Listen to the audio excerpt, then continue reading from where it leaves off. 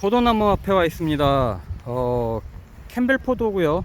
캠벨 포도나무고 계속 제가 보여드리는 똑같은 나무고, 옆에 비닐이 쳐 있는데 비가림막이 되어 있는 곳은 샤인머스켓을 키우고 있어요.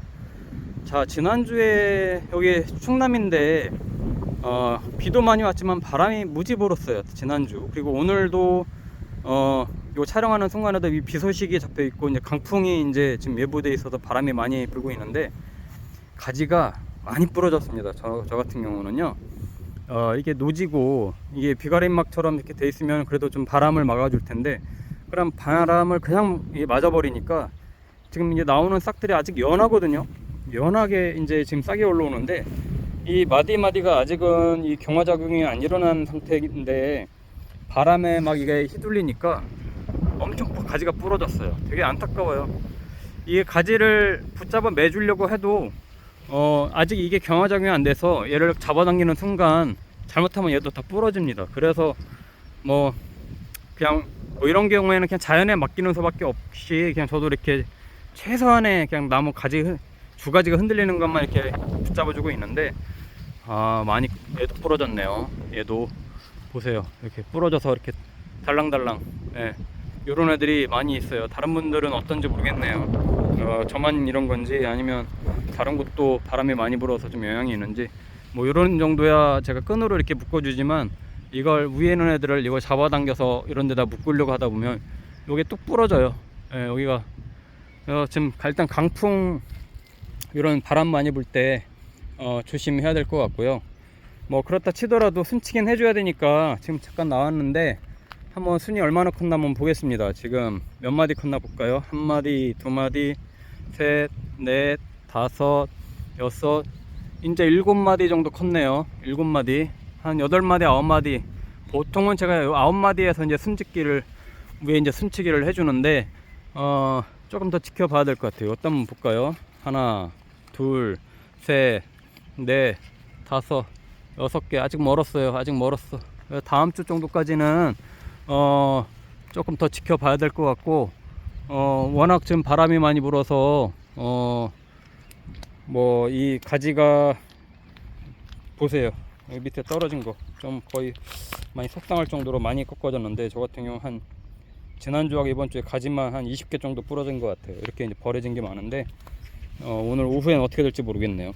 자, 이 순치기는, 포도나무 순치기는 한 8마디, 9마디까지 키우고, 제가 이제 순치라고 했는데 다시 한번 세볼게요. 하나, 둘, 셋, 넷, 다섯, 6개. 더 커가야 돼요. 조금 더 한 제가 볼 땐 일주일 후 정도, 날씨가 좋으면 그 정도 되면 이제 조금 순치기를 해도 될 정도의 길이가 될 것 같은데, 이렇게 마디를 남긴다는 건 결국은 이 잎을 몇 장 남기느냐의 이제 차이인데, 저 같은 경우 이렇게 두 송이를 다 키우거든요. 이게 캐멜포도 두 송이가 다 열리는데 과서원이 아니기 때문에 저는 약간 좀 양을 늘리는 방향으로 했습니다. 자, 이렇게 해도 잎을 8장 9장 남겨놔도 알이 굉장히 잘 큽니다.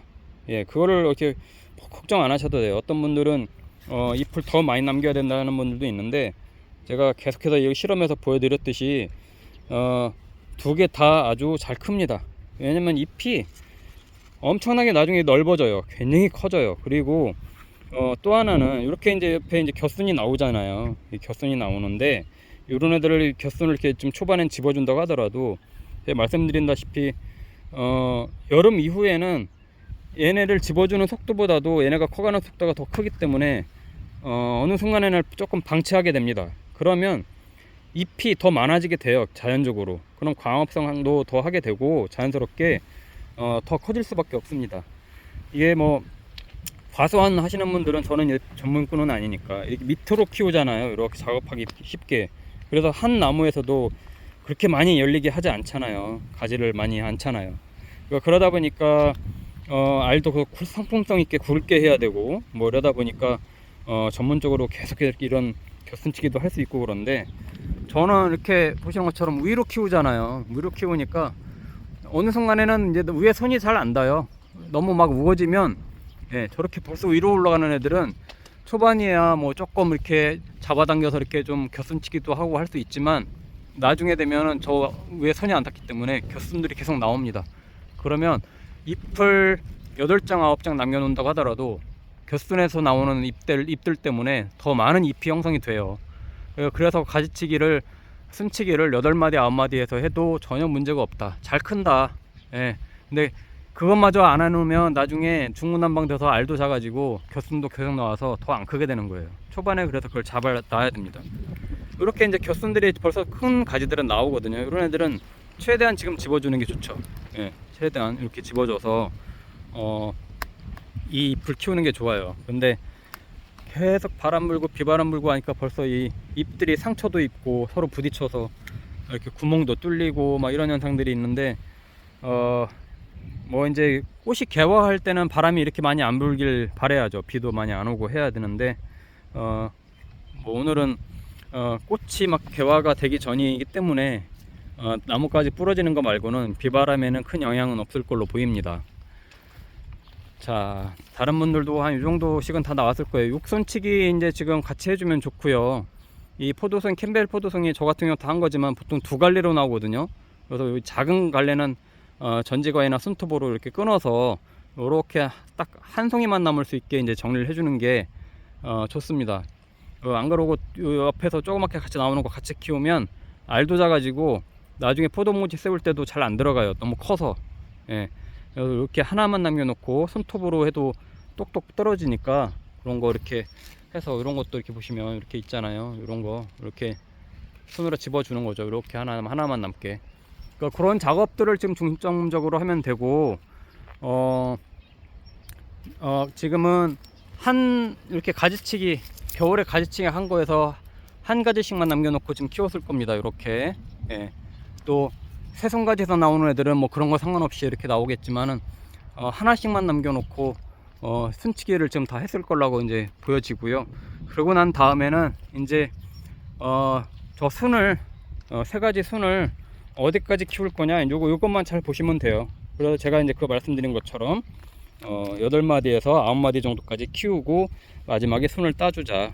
자, 그러면 포도나무 이제 키우는 거는 거의 절반은 끝났다고 보셔도 뭐 과언이 아닙니다. 예. 지금 이제 가장 중요한 때라서 그거를 이제 뭐 저처럼 이제 주말에만 볼 수 있는 분들은 일주일에 한 번씩 보면서 순짓기를 해줘도 되고, 매일 옆에서 사시는 분들은 뭐 그때그때 보면서 한 9마디 정도 되면 순을 집어줘서 더 이상 안 크게 하면은 좋죠. 자, 이 넝쿨손이 이렇게 이제 이런 철제나 이런 걸 이렇게 붙잡고 있으면은 바람이 불어도 흔들림이 없는데, 아직 얘네가 지금 연하게 이제 나오는 정도인데 그게 형성이 안 됐을 때 이렇게 바람이 부니까 막 휘청휘청해요. 그래서 더 부러질 것 같긴 합니다. 저 같은 경우는 뭐 보나마나 또 오후에 비바람이 몰아치면 저렇게 있는 애들은 분명히 또 좀 부러지는 애들이 나올 것 같아요. 뭐 어쩔 수 없죠. 경화작용, 새로운 나온 가지가 경화작용이 일어나기 전까지에는 이 가지를 일부러 붙들어 매려고 하지 마세요. 똑똑 끊어집니다. 이 밑에가. 예. 오히려 그냥 놔두는 게 훨씬 더 유리해요. 뭐 자기네가 그냥 부러질 애들은 부러지는 거고, 이걸 억지로 막 매려고 잡아당기거나 그러면 여기가 똑 부러집니다. 예. 똑 부러져요. 그래서 이렇게 그냥 바람 불면 바람에 흔들리게끔 그냥 놔두는 게 좋고, 뭐 이렇게 이제 넝쿨손이 잡고 있는 애들은 그래도 조금은 덜하게 될 텐데, 아직은 이제 새순 올라오는 정도라서 이게 연해가지고 얘네도 끊길 수 있죠. 자, 이렇게 이제 포도 넝쿨에 올려서 이렇게 키우고 있는데, 저는 이제 캠벨포도 이게 8년생 돼가고 있는 애들이에요. 저쪽 끝에 있는 애가 이제 가장 많이 열리는 애들이고, 여기 잔디밭에 있는 애는 같이 심었는데도 보세요. 이 나무 굵기가 이건 얇죠. 저쪽에 있는 애는 굉장히 굵고, 여기는 얘는 이 잔디밭에 제가 이제 잔디 정원을 꾸미다 보니까 잔디 옆에 바로 있어서 잔디하고 경쟁하다 보니까 많이 못 컸어요. 이 뿌리가 이 잔디밭으로도 많이 들어가 있을 거거든요. 아시다시피 잔디도 그 뿌리가 한 30cm 파고 들어가 있는 애들이기 때문에 영양분 흡수해서 서로 경쟁을 하다 보니까 많이 못 컸어요. 그래서 포도나무 심을 때는 혹시 이제 심으려고 고민하시는 분들은 잔디 옆에다가 심지 마세요. 예. 잔디 옆에다 심으실 거면 저는 처음에 이 정도 조그맣게 따서 이렇게 했지만 굉장히 공간 확보를 해가지고 이 뿌리가 잔디하고 경쟁하지 못하도록 해주는 게 좋습니다. 그래야 수세도 커지고 잘 열려요. 또 얘는 아주 제가 한 10송이 정도만 따먹을 정도만 키우고 있고, 저쪽 끝에 있는 애가 주로 요 나무를 지금 다 감싸고 있는 건데, 저기에서 보통 제가 1년에 한 200송이 따먹거든요. 예, 그 정도만 돼도 이게 정원에서 포도나무 가꾸는 게 굉장히 재미가 있습니다. 자, 이것도 이렇게 한 나무를 키우더라도 이렇게 순치기, 겨울에 포도나무 가지치기 하는 거, 겨순치기, 이런 방법들만 조금 몇 가지만 잘 알아두시면 거의 과수원에서 키워먹는 포도 못지않게 아주 굵은 포도가 나옵니다. 당도도 좋고. 그래서 이제 제가 이렇게 같이 찍어서 공유를 해드리는 건데, 몇 년 동안 벌써 따라서 하시는 분들도 많이 계시더라고요. 예, 올해도 포도 농사가 잘 되시길 바라고, 뭐 어제 뉴스 나오는 거 보니까 벌써 올해 포도 값이 올라갈 거라고 하는 벌써 예보가 있더라고요. 특히 샤인머스켓 같은 경우도 잘 키워서 수확철에 큰 기쁨을 좀 보시길 바랍니다.